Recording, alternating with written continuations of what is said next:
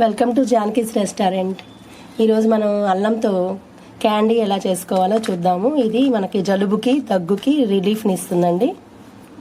200 grams అల్లం తీసుకున్నాను. ఈ అల్లాన్ని మనం చక్కగా శుభ్రంగా కడిగేసుకొని దీన్ని చెక్కు తీసి పెట్టుకోవాలి. చాక్తో కానీ స్పూన్తో కానీ తీసుకోవచ్చు. ఇది మొత్తం ఇట్లా శుభ్రంగా చెక్కు తీసేసి పెట్టుకోవాలండి. ఇది వేస్టేజ్ అంతా ఉంది కదా, ఇదేం పడేయని అవసరం లేదు. ఒక బాక్స్లో పెట్టుకొని ఫ్రిడ్జ్లో పెట్టుకొని టీ చేసుకున్నప్పుడల్లా కొంచెం కొంచెం వేసుకున్నామంటే టీకి మంచి రుచి వస్తుంది. వీటిని ఇప్పుడు మనం కట్ చేద్దాము.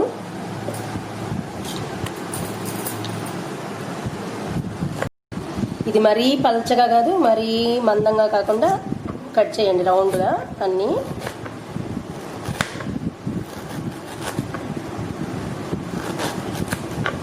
అన్నీ ఈ విధంగా తరిగేసేయండి. ఈ ముక్కలన్నీ కూడా మనం ఒక కుక్కర్లో వేసేసుకుందాము.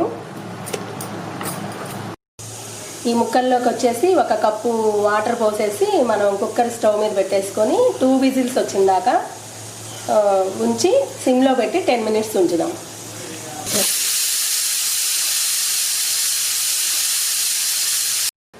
కుక్కర్ చల్లారిపోయిందండి, వేడి తగ్గింది. తీద్దాము, తీసి చూద్దాము ఎట్లా ఉందో.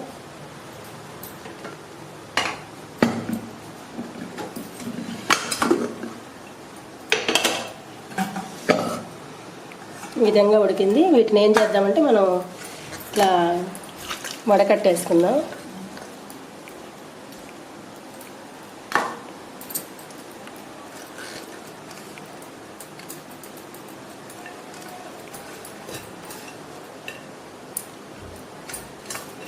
దీంట్లో ఉన్న వాటర్ అంతా కిందకి దిగిపోతుంది.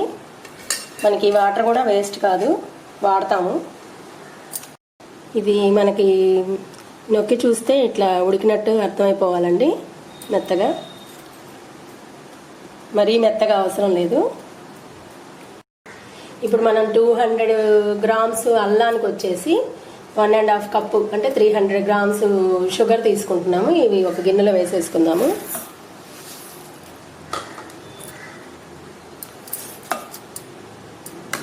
దీంట్లో 1 కప్పు వాటర్ పోయాలి. మనకి ఇప్పుడు అల్లం ముక్కలు ఉడికించుకున్న వాటర్ ఉంది కదా, అది కూడా తీసుకుందాము. ఈ ఖాళీలో మామూలు వాటర్ పోసేద్దాము. ఈ షుగర్లో వేసేద్దాం ఇదంతా. ఈ బౌల్ని స్టవ్ వెలిగించి స్టవ్ మీద పెట్టుకుందాం. ఈ వాటర్లో ఈ షుగర్ అంతా కరిగిపోయేదాకా మనం మధ్య మధ్యలో కలబెడుతూ ఉండాలి. ఈ షుగర్ అంతా కరిగిపోయిందండి. ఇప్పుడు మనం ఈ ఉడికించుకున్న అల్లం ముక్కలన్నీ దీంట్లో వేద్దాము.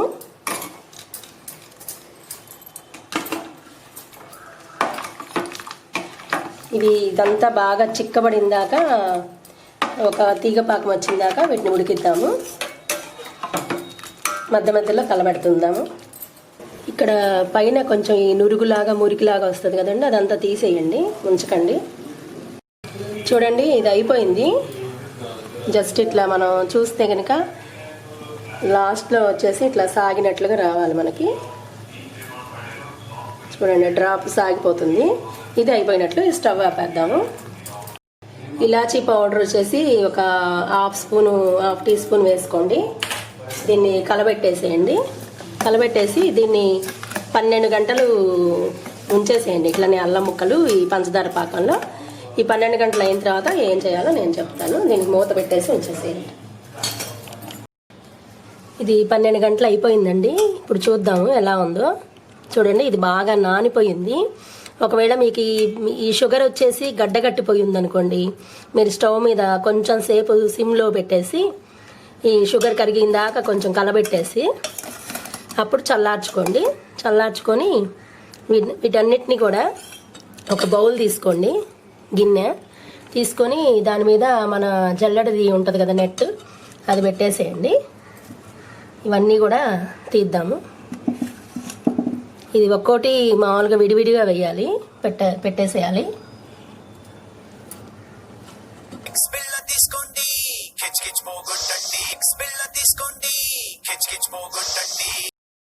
ఇవన్నీ కూడా విడివిడిగా ఇలా పెట్టేసుకొని ఫ్యాన్ కింద ఆరబెట్టుకోండి. ఈ సిరప్ మిగిలిపోయింది కదా, ఈ సిరప్ మనం వేస్ట్ చేయాల్సిన అవసరం లేదు. దీన్ని ఒక గ్లాస్ తీసుకోండి.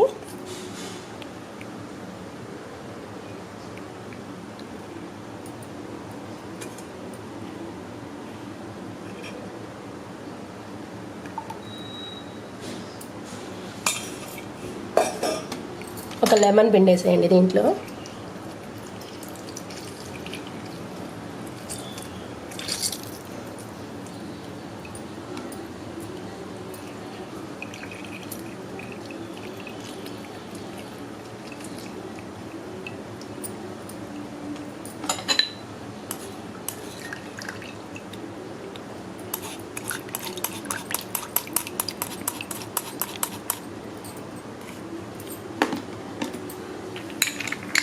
ఐస్ క్యూబ్స్ వేసుకుందాము.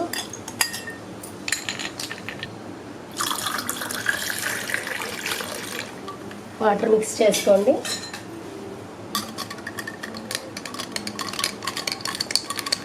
మీ టేస్ట్ని బట్టి మీరు అడ్జస్ట్ చేసుకోండి. ఇదంతా కూడా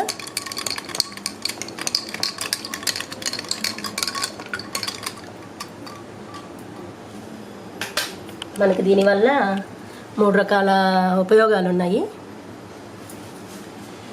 ఒకటి వచ్చేసి పొట్టు కూడా మనం వేస్ట్ చేయట్లేదు. శుభ్రంగా కడిగి పెట్టుకొని అల్లం యూజ్ చేసామంటే ఆ పొట్టు కూడా టీలో వేసుకోవచ్చు. నెక్స్ట్ వచ్చేసి క్యాండీ వచ్చింది మనకి, జింజర్ క్యాండీ.